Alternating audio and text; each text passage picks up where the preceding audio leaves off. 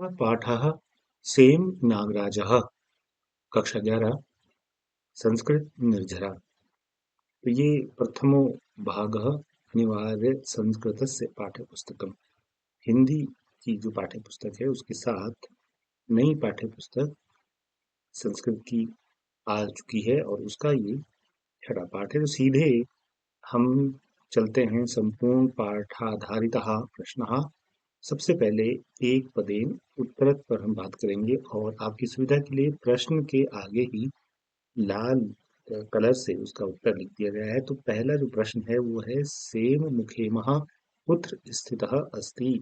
तो इसमें दो उत्तर आराम से हो सकते हैं, या तो आप उस गांव का नाम भी लिख सकते हैं उपलीरमोली, या आप टिहरी जनपद लिख सकते हैं, दोनों ही सही हैं। दोनों में से कोई एक आपका उत्तर हो सकता है। ख श्रीकृष्णः कं वेषं धृत्वा भिक्षाटनं कृतवान्। तो श्री कृष्ण जो है ब्राह्मण वेश में आए थे, तो इसका उत्तर है ब्राह्मण वेशम। ग शतरंजु बुग्यालः कुत्र अस्ति। तो शतरंजु बुग्यालः सेम धाम्नः। तो एक पद में उत्तर है सेम धाम्नः। घ सेम मुखे में नागराज रूपेण तस्य पूजनम भवति। तो श्री कृष्णस्य अंगा है उत्तर द्वारका तस्य अपरम नाम वर्तते सेम मुखे महा। तो ये एक पदेन उत्तर हैं जो हमने एक शब्द में लिखने हैं, दो शब्द में नहीं लिखेंगे, वाक्य में नहीं लिखेंगे। अब हम बढ़ते हैं पूर्ण वाक्य उत्तर में। तो पहला जो प्रश्न है क गंगूरमूला ब्राह्मणम किमुक्तवान।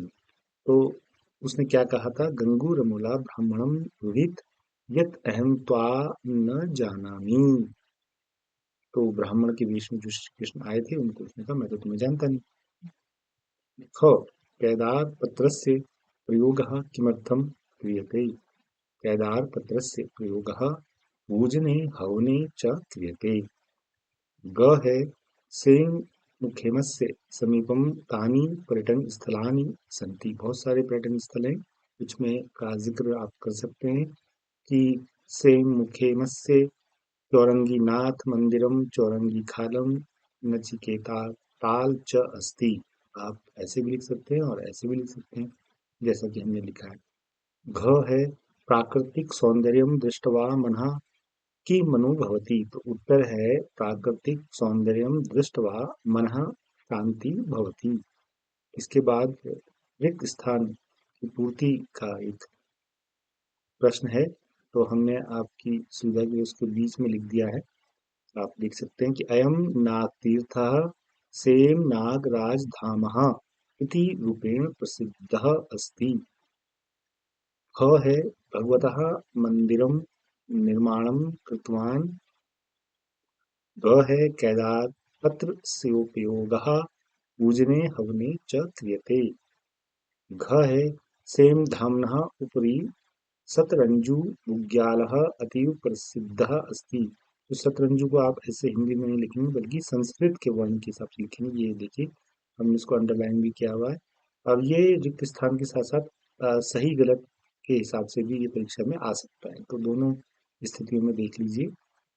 प्रश्न नंबर 4 है हमारा निर्देशानुसारम उत्तरत्। तो क विधातुम इत्यस्मिन् पदे कः प्रत्यय। तो प्रत्यय पूछा है, उपसर्ग नहीं पूछा है, तो प्रत्यय बाद में लगता है। तो ये वि धा और तुमुन प्रत्यय है। ददामी अस्य तत्र पदम किम, इसमें दो हैं, आप राज्य है ये लिख सकते हैं, और गंगूर अमूला। गंगूर अमूला यहाँ पे हिंदी में लिखा है, आप संस्कृत के वर्ण का इस्तेमाल करेंगे जैसा कि पीछे आया था। तो इसका ध्यान रखेंगे गंगूर अमूला वो यहाँ पे टाइप नहीं हो रहा था, मैंने इसको ऐसे लिख दिया। तो आपको ये गंगूर अमूला कैसे लिखना है जैसा कि इसमें शुरू में आया है, मैं दिखाता हूँ आपको। ये इस तरीके से लिखेंगे ग अंगा और उसमें ग नीचे और ऊ की मात्रा। आगे बढ़ते हैं इसमें। ये ग है कश्चन अत्र संधि विच्छेदम कुरु। क धन बहुत पूछी जाती है परीक्षा में, ध्यान रखेंगे कश्चन को कैसे संधि विच्छेद करेंगे। कह धन चन विसर्ग संधि है, इसका नियम आप पढ़ सकते हैं अलग से। शिला अस्य विशेषणम पदम किम। तो स्वयंभू ये विशेषण है अपने आप वो जो है शिला जो है वहां पर स्थापित है। आया था पाठ में, व्याख्या भी आप देख सकते हैं। याचकाय अत्र प्रयुक्ता विभक्ति कहा तो चतुर्थी विभक्ति है, एक वचन है। आगे बढ़ते हैं। ये महत्वपूर्ण है। यहाँ पर उचित पद आपको मिलान करने हैं। बच्चे कॉपी में, विद्यार्थी कॉपी में ऐसे आड़ी तिरछी रेखाएं खींच लेते हैं, आपको ऐसा नहीं करना है। आपको प्रकृति सौंदर्यम के आगे जो सही है वो उसके ठीक आगे लिखना है। जैसे ये है तो ऐसा नहीं करना है। आप प्रकृति सौंदर्यम के ठीक आगे मन भागी बुग्याल की जगह लिखेंगे अतीव आह्लादकरम। तो इसको एक बार देख लेते हैं। क प्रकृतेः सौंदर्यम का है अतीव आह्लादकरम। सेम धाम्नः अधः मन भागी बुग्याल। रैकागणपतिः गंगूर अमोला। यहाँ भी देखिए गंगूर अमोला कैसे लिखा है। हम्म। और इसके साथ पश्चात रमणकम वनम नामः भव्य दीपम च पर्वतम। अनंतम वासुकीम शेषम पदम नाभ च कम्बलम। तो बार बार आपको बताया जा रहा है कि आप उत्तर पुस्तिका में या नोटबुक में ऐसे आड़ी तिरछी रेखा खींच के नहीं लिखेंगे, बल्कि इन उचित पदों को मिलान करते हुए आप प्रकृति सौंदर्य के ठीक आगे जो है अतीव आह्लादकरम लिख देंगे। स्वयं धामना अधे के ठीक आगे यहाँ पे क्या लिखेंगे, मन भागी बुग्याल लिखेंगे। रेखा गणपति के ठीक सामने आप लिखेंगे गंगू रमूला आसीत। और रमणकम वरम नाम के ठीक आगे लिखेंगे भव्य दिव्यम च पर्वतम। और सबसे आखिर में हुआ है अनंतम वासुकी शीशम के ठीक आगे लिखेंगे पदम नाभम च कमलम। तो ये बस छोटा सा अभ्यास था इस पाठ पर। तो आपसे निवेदन रहेगा कि आप जो है इस चैनल को सहयोग कीजिए। आप लाइक कर सकते हैं, सब्सक्राइब कर सकते हैं, शेयर भी कर सकते हैं वीडियो को, और कमेंट भी कर सकते हैं। आपका बहुत बहुत धन्यवाद। और हाँ, यदि आपको इस सारे प्रश्नोत्तर का पीडीएफ चाहिए तो आप इस वीडियो को का लिंक शेयर कीजिए मेरे व्हाट्सएप नंबर पर, तो मैं आपको पूरी पीडीएफ भी भेज दूंगा, आसानी से आप उतार सकते हैं। और एक निवेदन ये भी है कि ये जो वीडियो है ये हमने अपने अनुभव के आधार पर बनाया है। अंतिम हल आपको अपने शिक्षक के निर्देशों को आधार बनाकर आपको करना चाहिए। ये आपकी सहायता के लिए बनाया है।